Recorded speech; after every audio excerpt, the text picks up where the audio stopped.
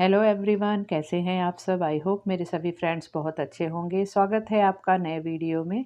तो ये है सैटरडे के दिन की वीडियो। सैटरडे के दिन सुबह सुबह का टाइम है।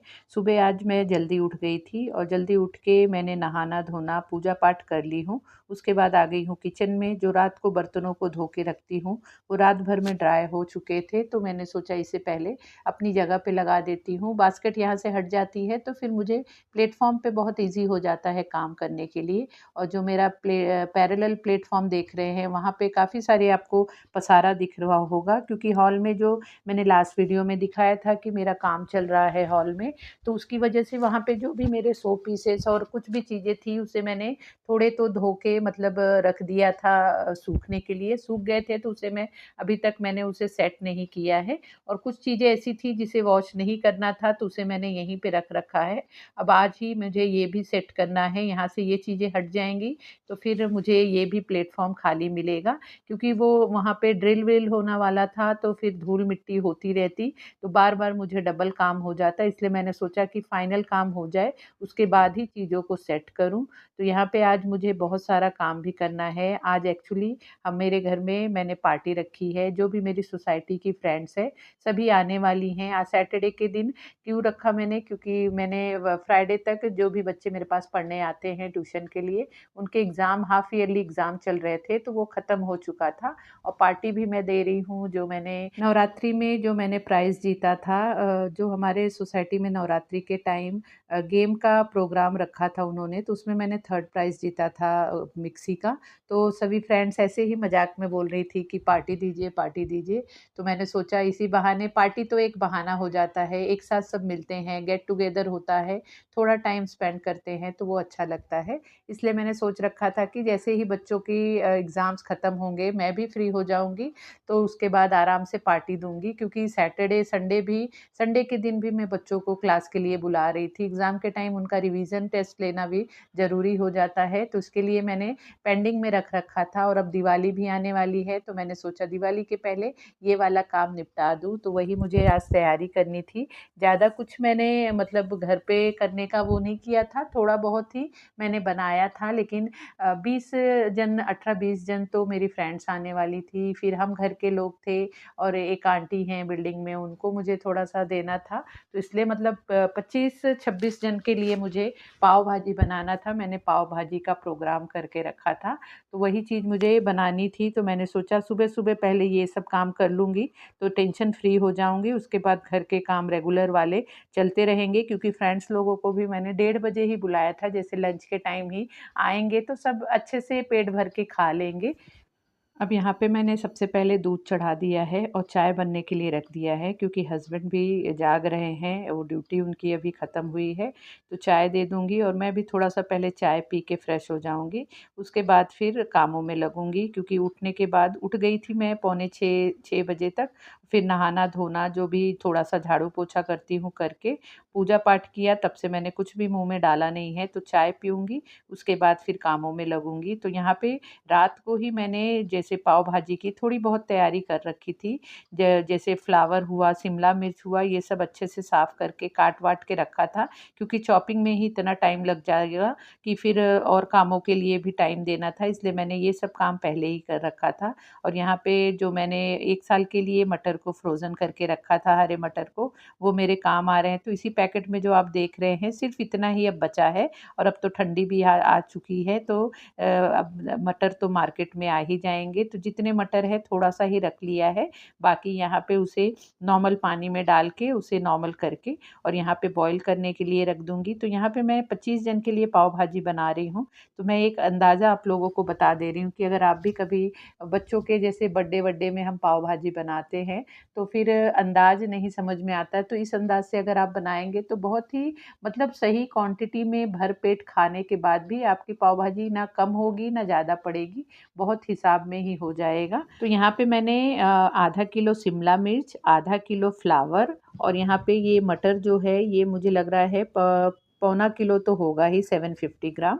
इसे मैंने इस तरह से बॉईल करने के लिए अभी रख रही हूँ, क्योंकि कुकर छोटा है, आलू भी बॉईल करना है, लेकिन इसमें नहीं आएगा, तो मैं उसे अलग छोटे वाले कुकर में बॉईल करूँगी। इन 3 चीज़ों को एक साथ चढ़ा दे रही हूँ। तो यहाँ पे नमक डाल के और पानी डाल के इसे बॉईल करने के लिए रख दूँगी। और मतलब बॉईल करते समय भी पानी बहुत ज़्यादा नहीं डालना है, नहीं तो कुकर से बाहर पानी आने लगता है, और कम भी नहीं डालना है कि फिर सब्जियाँ नीचे लगने लगे। तो इस तरह से ही डाल के और इसे मैं अब रख दे रही हूँ सीटी देने के लिए। और साथ में यहाँ पे मैंने 1 किलो मैंने आलू लिया है। आलू 1 किलो लेके इसे छील के इसे भी पीसेस करके और नमक डाल के इसे भी बॉईल करने के लिए रख दे रही हूँ। देखिए पूरा मेरा कुकर भर गया है, लेकिन इसी क्वांटिटी से बनाने पे सब्जियाँ इनफ होती हैं। तो यहाँ पे दोनों कुकर लगा दिया है, और जब तक यहाँ कुकर लगेंगे तो मैं दूसरे काम कर लूँगी। प्याज व्याज भी मैंने रात को ही काट वाट के रखा है, मतलब छील के रखा है। अब उसे सिर्फ चॉपर में डाल डाल के बारीक कर लूँगी।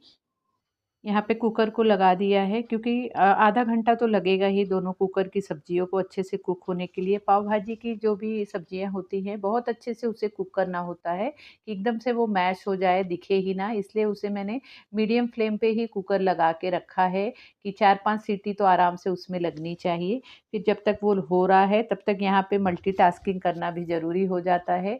एक ही काम को अगर हम पकड़ के बैठेंगे तो बाकी के काम हमारे पेंडिंग में चले जाते हैं।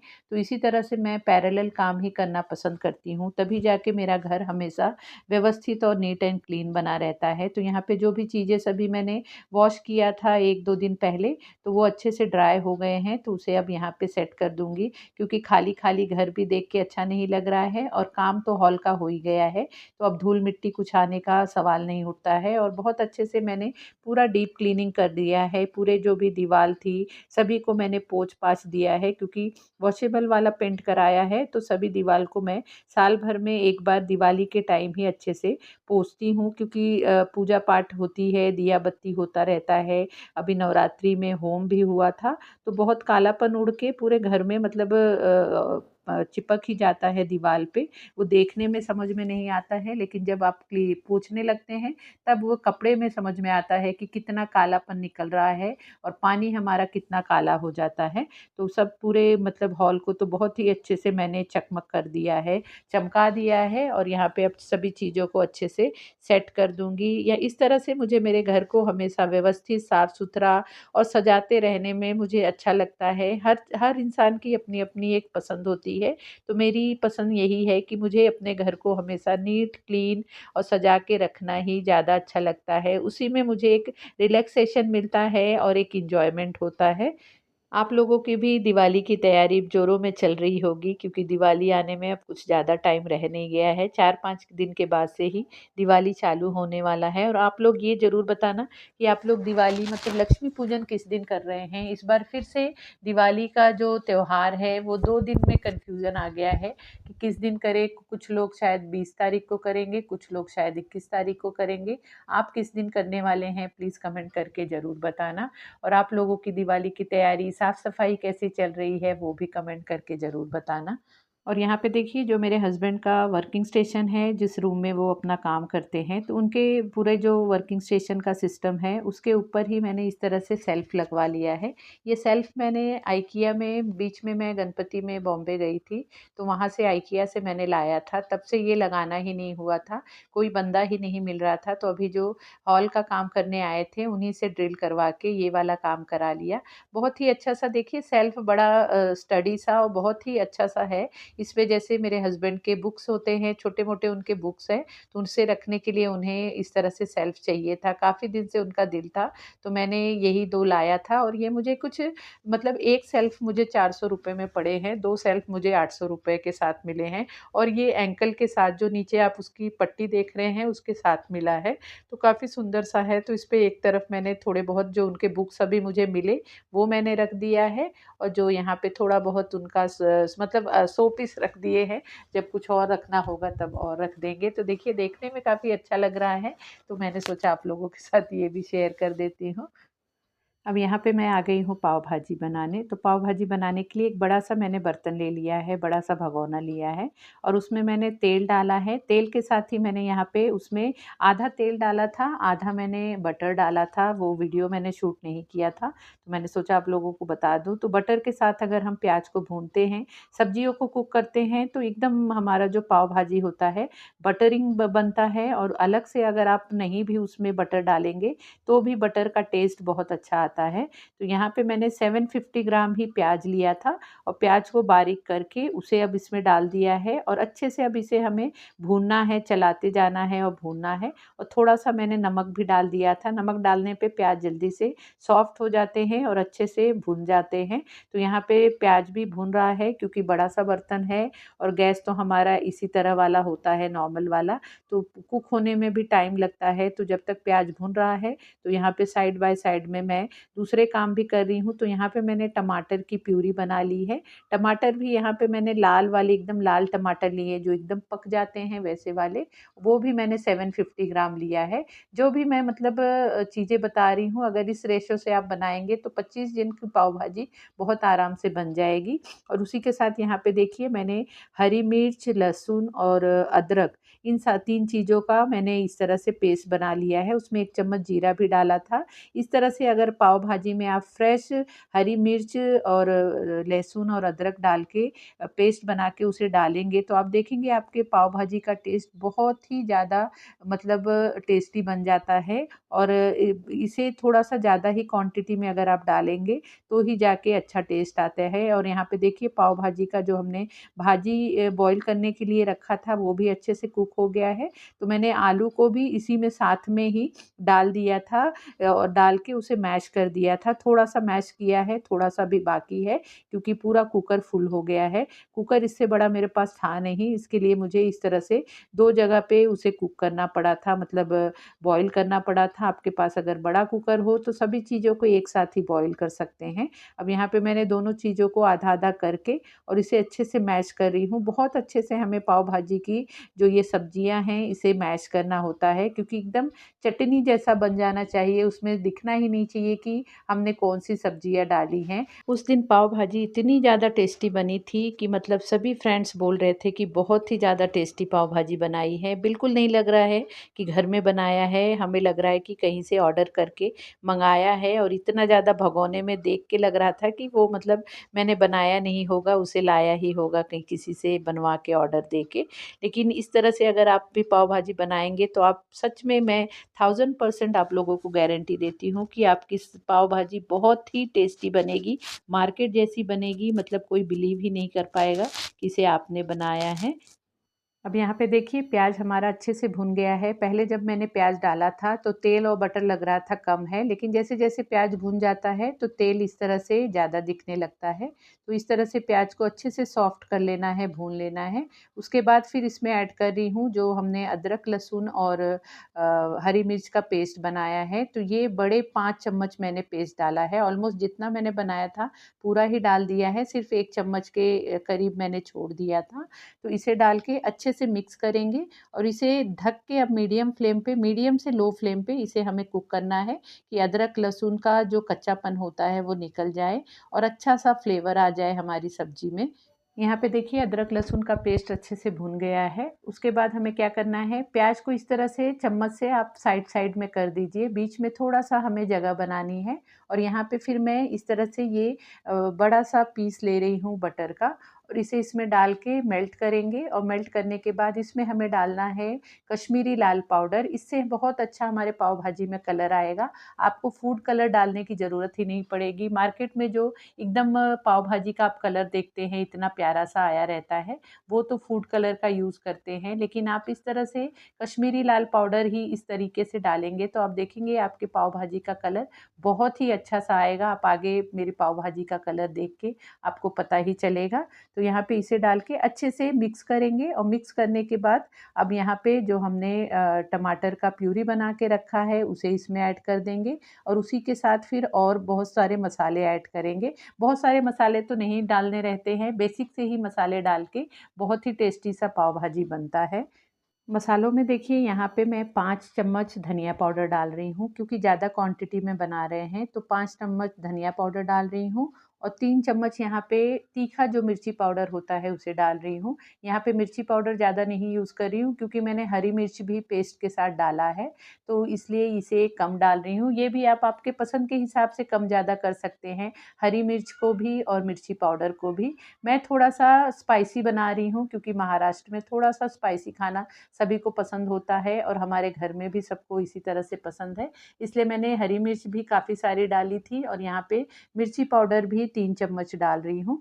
उसी के साथ 3 चम्मच ही हम यहाँ पे पाव भाजी मसाला डालेंगे। पहले क्या मेरे मतलब जार में 2 चम्मच मसाला है तो उसे डाल के अच्छे से डाल दूँगी। उसके बाद नया पैकेट लाया है उसे भी खोल के उसमें डालूँगी, नहीं तो उसके ऊपर ही फिल कर देती तो फिर पुराने मसाले नीचे ही रह जाता। इसलिए पहले 2 चम्मच मैंने डाला है, जो मेरा पुराना पाव भाजी मसाला मैंने जार में फिल करके रखा था। उसके बाद नए पैकेट को खोल के और 1 चम्मच मैंने ऐड किया है और सभी चीज़ों को अच्छे से मिक्स करेंगे और मिक्स करके अब इसे ढक के हमें कुक करना है कि जब तक मसाले में से तेल ना छूटने लगे और अच्छे से मतलब कलर हमारे पाव भाजी के ये पूरे पेस्ट में आ जाएगा। और हाँ, साथ में यहाँ पे बहुत सारा हरा धनिया भी मैं इसी टाइम पे डालती हूँ। इस तरह से मतलब मसालों के साथ जब धनिया डालते हैं तो उसका भी बहुत अच्छा फ्लेवर पाव भाजी में आता है। ऊपर से तो बाद में सर्व करते समय हरा धनिया तो डाला ही जाता है, लेकिन मैं इस तरह से पहले भी डाल के और इसे भी अच्छे से कुक करती हूँ। तो इसे भी मिक्स करके